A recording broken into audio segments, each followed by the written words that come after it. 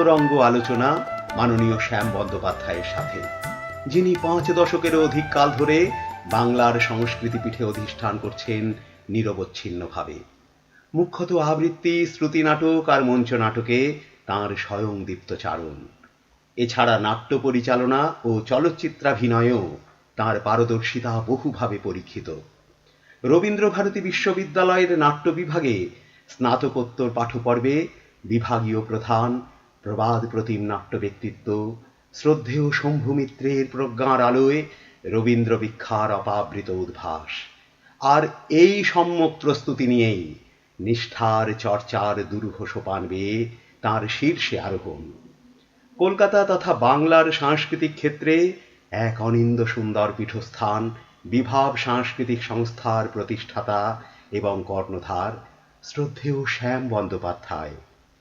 বিভাব সাংস্কৃতিক সংস্থার 46তম বর্ষপূর্তির সূচনা হয়েছে গত 15 জুন 2025 আড়িয়াদহ রাজগৃহে এক মনোজ্ঞ সাংস্কৃতিক অনুষ্ঠানের মাধ্যমে অসংখ্য শুভানুধ্যায়ী এবং বিশিষ্ট ব্যক্তিবর্গের সক্রিয় উপস্থিতিতে। সেথায় উপস্থিত কিছু গুণী মানুষের ঐকান্তিক অনুরোধে এই আলোচনার আয়োজন। শ্যামদা, আপনি চেতনার সঙ্গে কিভাবে যুক্ত হলেন এটা যদি বলেন। সেটা আমি তখন তো নাটক করছি, এইসব নায়ক টায়ক হচ্ছি অনেক বইতে করি দেখলাম। আমি বলেছিলাম একটু আগে, বা অন্যান্য অনেক নাটকে আমাকে যখন বলা হতো করতাম। তখন চেহারা টেরাগুলো ভালো ছিল, নাটক করতাম, ভেবেছি অনেক কিছু জানি টানি। এই করতে করতে আমাদের অফিস ক্লাবে আমি চাকরি করতাম, একটি সরকারি কর্মচারী ছিলাম। সেখানেও আমাদের বছরে হতো, অভিনয় হতো। সেখানে একজন দেখেছেন, দেখে একজন মানে চেতনা তখন সেই সময় 72-তে যখন তৈরি হচ্ছে চেতনা, সবাই তো এই সরকারি কর্মচারী ছিল, বেশিরভাগ, খুব কম বাইরের ছিল। তা সেক্ষেত্রে একজন এলেন, সলিল বাবু বলে একজন এলেন, এসে আমাদের একজন অফিসারের সঙ্গে যোগাযোগ তার ছিল, বন্ধুত্ব ছিল। তাকে বলছেন যে এরকম একজনকে পাওয়া যাবে ছেলে, আমরা খুঁজছি, নতুন আমরা চেতনা গ্রুপ করেছি, বেশ সুতরাং যদি এরকম পাওয়া যায়, খুব ইন্টারেস্টেড ছেলে বলে এখানে আছে একজন, সে অভিনয় টভিনয় করে, ছেলেটাও ভালো এবং খুব সিরিয়াস দেখেই মনে হয়। তখন উনি আমায় ডাকলেন, তার ঘরে গেলাম, গিয়ে পরিচয় টরিচয় হলো। এইভাবে উনি বললেন আপনি আসুন। তাই গেলাম। ওনার তখন আমাদের চেতনার রিহার্সাল রুমটা ছিল ধর্মতলায়। সাকিব বার্গ হয়তো আপনারা অনেকেই জানেন, সাকিব বারের ঠিক পাশেই চারতলায়। সিঁড়ি ভেঙে উঠতে হতো, লোডশেডিং হতো তখন খুব, 70 দশকের, আপনারা সবাই জানেন সেটা। তা এসে দেখি আমি অরুণ মুখোপাধ্যায়ের খুব নাম আমরা শুনেছি, কারণ তখন উনি আমাদের গভর্নমেন্টের সমস্ত প্রোগ্রামে উনি ওনার প্রোডাকশন সব কিছু পুরস্কার পেয়ে যেতেন। আমার তখন দেখার আগ্রহ ছিল। তা দেখলাম একটা খুব স্বাভাবিক সাধারণ মানুষের মতন দেখতে, আর সাধারণত আমাদের ধারণা ছিল বড় বড় চুল হবে, চেহারা টেরা দারুণ হবে, এটা নাম করা লোকেদের, নাটকে লোকেদের যেমন হয় আর কি, সেরকম একটা ধারণা ছিল। তখন দেখলে খুব ভালো মানুষ দেখেছি, ছোট ছোট কথাবার্তা বললেন। হ্যাঁ, আমি শুনেছি আপনি এরকম করতেন, কিন্তু এখন তো বুঝতেই পারছেন ঘটনা প্রধান, আমার বেশ ভালো মনে আছে। অরুণদা আমাকে বলেন ঘটনা প্রধান নাটক, এই মানিক সংবাদে কথাই আসলে বললেন।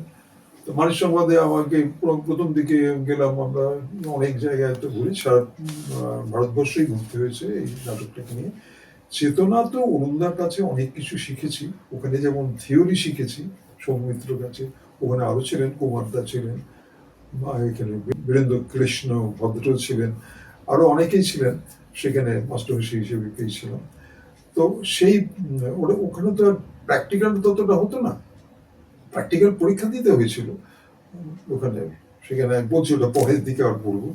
চেতনার ব্যাপারটা এই করে আমাকে ঢুকলাম। আমি জানি চেতনা থেকে চলে আসবে, চেতনা এত শো হতো, প্রায় আমার মনে আছে ফেব্রুয়ারি মাসে 28 দিন 30টা শো আমরা করেছিলাম, এবং তিনটেও শো করেছি, এরকম হয়েছে। এটা অবাক কাণ্ড। তা প্র্যাকটিক্যাল ব্যাপারটা কিন্তু এখানে হতো চেতনায়, ওরকম অরুণদার মতন একজন স্টলার মানুষকে আমরা পেয়েছি।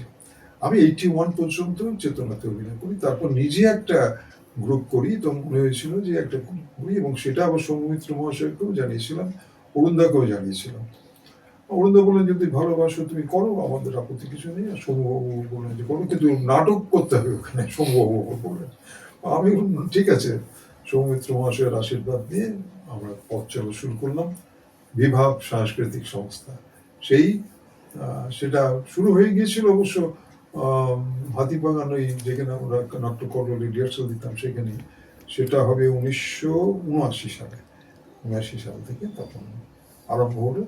চেতনাতে নাটক করছে, ওটাও চলছে টুকটাক করে, করতে করতে তারপরে একবারে 81 পরে, 80 পরে সংসার পাতলাম, সেই সুতরাং আস্তে আস্তে ছেড়ে দিয়ে এই বিভাব সাংস্কৃতিক সংস্থার সঙ্গে পুরোপুরি যুক্ত।